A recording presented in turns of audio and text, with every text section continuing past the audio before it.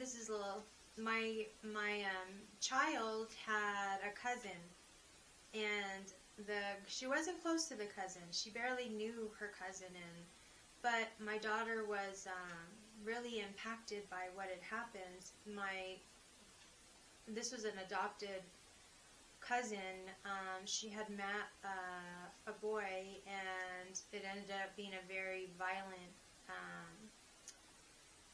relationship, and he ended up murdering her. Wow. He shot her. And my daughter, for whatever reason, that struck my daughter in her heart at that time in her life, my daughter's life, to really wonder about life and death. So she started looking at our cousin's pictures, started really looking at her social media, and I feel started manifesting her spirit. So my daughter started to get to be afraid at night to sleep alone, and she's already, like 12. She started to be worried about sleeping alone. Mom, come sleep with me. And I was like, this is odd.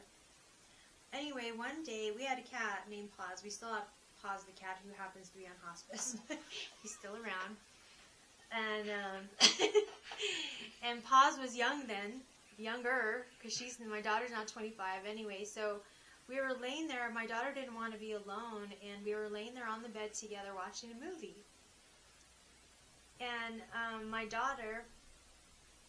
cat, all of a sudden, I was laying next to the vent on the left, and I smelled something awful coming from the vent, and I said to myself, I know that smell. And I said, oh crap. And I said, okay, don't react, don't respond, you don't want to worry my daughter. And I said, okay, I'm just going to chill out. And all of a sudden, Paws, the cat, gets up and goes between us where I was starting to feel this energy, and he starts sniffing around at whoever was sitting between me and my daughter. The cat wanted to smell who that was.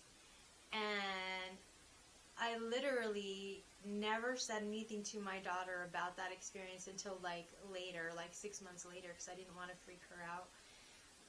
But I reminded her, I was like, do you remember when Paws was sniffing and we couldn't figure out, you couldn't figure out what that was? Well, I think it was our cousin. And my daughter was able to walk away, and I told her, you probably need to stop, manifesting her, because I think it's probably not turning out to be a good situation. But can you believe that's true story? And that was Paws the cat, could smell that energy that was and people attribute cats with having paranormal. Oh my gosh, the sense. Sense. Mm-hmm. Yeah, well, I witnessed it.